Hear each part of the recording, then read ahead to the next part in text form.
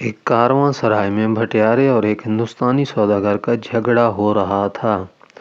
دونوں میں زبردست تکرار ہو رہی تھی۔ باقی مسافر جو سرائے میں ٹھہرے ہوئے تھے انہوں نے آ کر پوچھا کہ کیا معاملہ ہے۔ بھٹیارے نے غصے سے کہا، دیکھیے جناب، یہ عجیب شخص ہے، کھانا کھا لیا ہے اور قیمت ادا کرتے ہوئے اسے موت آتی ہے۔ ہم یوں ہی مفت خوروں کے پیٹ بھرنے لگے تو کل کو بھیک مانگتے پھریں گے۔ ایک مسافر نے سوداگر کی طرف دیکھا اور کہا، آپ خاصے معقول اور آسودہ حال نظر آتے ہیں، آخر آپ اس غریب آدمی کے پیسے کیوں نہیں ادا کر دیتے؟ قبلہ میں تو پیسے دینے کے لیے تیار ہوں، بلکہ میں نے تو اس کے ساتھ یہ بھلائی کی ہے کہ اسے پچھلے کھانے کے پیسے بھی ادا کرنا چاہتا ہوں جو میں اتفاقاً بھول گیا تھا، لیکن یہ کچھ اور ہی حساب بتا رہا ہے۔ یوں لگتا ہے جیسے سارے ہی مسافروں کے کھانے کی قیمت یہ مجھ سے وصول کرنا چاہتا ہے۔ سوداگر نے اپنا موقف بیان کیا، بھلائی کس بات کی؟ بھٹیارا تنگ ہو کر بولا، ایک تو پہلے رقم ہی ادا نہیں کی، اسی کا مجھ پر احسان جتاتے ہو۔ کھانا کھایا ہے تو قیمت بھی ادا کرو اور خواہ مخواہ جھگڑا نہ بڑھاؤ۔ تکرار بڑھی تو کوئی قصبے کے مقدم کو بھی بلا لایا۔ اس نے دونوں سے کل واقعہ بیان کرنے کو کہا۔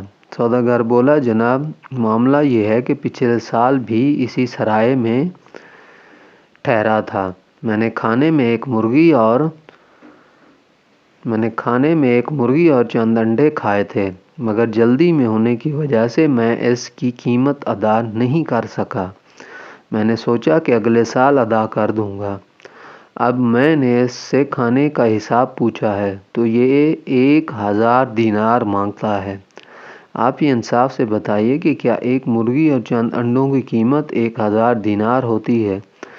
مقدم نے بھٹیارے سے کہا، کیوں صاحب، آپ اس سلسلے میں کیا کہتے ہیں؟ بھٹیارے نے گلا صاف کیا اور بڑے غصے سے بولا، جناب عالیجا، ابھی تو میں نے بڑی فیاضی سے کام لیا ہے کہ کہیں کوئی گڑبڑ نہ ہو اور میں کسی کا دیندار نہ بنوں۔ آپ ذرا انصاف سے غور فرمائیں کہ ان حضرت نے پچھلے سال بڑے مزے سے ایک مرغی اور 6 انڈے ڈٹ کر کھائے تھے۔ اب اگر وہ مرغی زندہ ہوتی اور میں وہی کچھ انڈے اس کے نیچے رکھ دیتا تو ان میں سے چوزے نکل آتے، وہ چوزے بڑے ہو کر انڈے دیتے تو میں ان سے بھی چوزے نکلواتا۔ آپ عقل مند ہیں، خود ہی حساب لگا لیں کہ ایک سال میں وہ مرغی اور 6 انڈے ہزاروں مرغیوں اور چوزوں میں بدل جاتے۔ یہ سارا منافع محض اس وجہ سے میرے ہاتھوں سے نکل گیا کہ ان حضرت نے وہ مرغی اور انڈے کھا لیے تھے۔ اب میں نے اسی حساب سے قیمت صرف 1000 دینار لگائی ہے تو انہیں ادا کرتے ہوئے تکلیف ہوتی ہے اور مجھ سے جھگڑا کرنے پر تل گئے ہیں۔ مقدم بھٹیارے کا دوست تھا، اس لیے اس نے فیصلہ بھٹیارے کے حق میں دے دیا اور اسے حکم دیا کہ وہ بھٹیارے کو 1000 دینار ادا کرے۔ سوداگر بیچارہ بہت پریشان تھا کہ اتنی رقم کہاں سے ادا کرے کہ مسافروں میں سے ایک شخص بولا، حضرت، اگر کوئی مجھے ایک تیز رفتار سواری مہیا کر دے تو میں ابھی بغداد سے قاضی کو لے کر آتا ہوں، پھر وہ جو فیصلہ کر دے اسے مان لیا جائے۔ باقی مسافروں نے اس کی حمایت کی۔ سوداگر بولا، بھائی آپ میرا خچر لے جائیں، یہ بہت تیز رفتار ہے اور خدا کے لیے قاضی صاحب کو لے کر آئیں۔ یہ قصبہ تو اندھیر نگری ہے، میں اتنی رقم اس کو ادا کر دوں تو کیا خود بھیک مانگ کر اپنے ملک واپس جاؤں؟ خدا آپ کا بھلا کرے، میری مدد کیجیے۔ اسی شخص نے خچر لیا اور برق رفتاری سے بغداد کی سمت روانہ ہو گیا۔ شہر چند کوس کے فاصلے پر تھا، وہ جلد ہی واپس آ گیا اور بولا، قاضی صاحب کچھ مصروف تھے، انہوں نے آدھے گھنٹے تک آنے کا وعدہ کیا ہے، آپ لوگ انتظار کیجیے۔ ایک ایک کر کے منٹ گنے جانے لگے۔ لوگ بے چینی سے اس راستے کی طرف دیکھنے لگے جس طرف سے قاضی صاحب کو آنا تھا۔ آدھا گھنٹہ گزر گیا، پھر 1 گھنٹہ ہوا، لوگوں کی بے چینی بڑھی، سوداگر کی پریشانی کا ٹھکانہ نہیں تھا اور بھٹیارا مونچھوں کو تاؤ دیتا خوش خوش پھر رہا تھا۔ وقت اور گزرا اور 1.5 گھنٹہ ہو گیا۔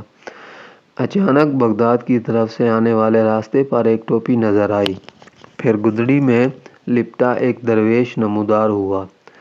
قاضی صاحب آ گئے، قاضی صاحب آ گئے، تشریف لے آئے۔ اس مسافر نے خوشی سے نعرہ مارا۔ لوگ احتراماً اٹھ گئے اور انہوں نے حیرت سے اس درویش کو دیکھا جس کا نام بہلول دانا تھا۔ وہ اپنے گدھے سے اترا اور اپنا عصا ٹیکتا درمیان میں آ بیٹھا اور بولا، حضرات، میں معذرت خواہ ہوں کہ مجھے یہاں پہنچنے میں تاخیر ہو گئی۔ مجھے اس جھگڑے کی اطلاع مل گئی تھی مگر میں جلدی نہیں آ سکتا تھا۔ دراصل میں مقدموں کے فیصلے کرنے کے علاوہ کاشتکاری بھی کرتا ہوں۔ آج جب آپ کا پیغام مجھے ملا تو میں گیہوں کے بیج ابال رہا تھا، کیونکہ آپ جانتے ہیں کہ گیہوں کے بیج ابال لیے جائیں تو پیداوار اچھی ہوتی ہے۔ بس وہ بیج ابالتے ابالتے ہی مجھے اتنی دیر ہو گئی۔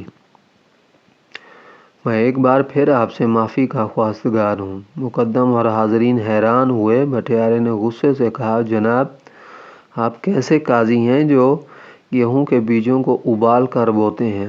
آپ نے مقدمے کا فیصلہ کیا کرنا ہے؟ کیوں نہیں جناب، بالکل درست فیصلہ کر دوں گا انشاءاللہ۔ اور گیہوں ابالنے پر آپ کو تعجب کیوں ہے؟ آپ کے یہاں تو بھنی ہوئی مرغیاں بھی انڈوں پر بیٹھتی ہیں اور چوزے نکالتی ہیں، تو ابلے ہوئے گیہوں کیوں نہ بڑے ہوں گے؟ لوگ چونک گئے۔ مقدم بھی اپنی جانبداری پر شرمندہ ہوا اور بولا، سبحان اللہ، حضور، آپ نے تو بات ہی بات میں فیصلہ کر دیا۔ نہیں، ابھی فیصلہ ہونا باقی ہے، اور وہ یہ کہ بھٹیارا اور سوداگر اپنے دل سے رنجش نکال دیں اور دونوں گلے ملیں، اور بھٹیارا آئندہ بھی بھنی ہوئی مرغیوں کی اولادوں کی قیمت مسافروں سے وصول نہ کیا کرے۔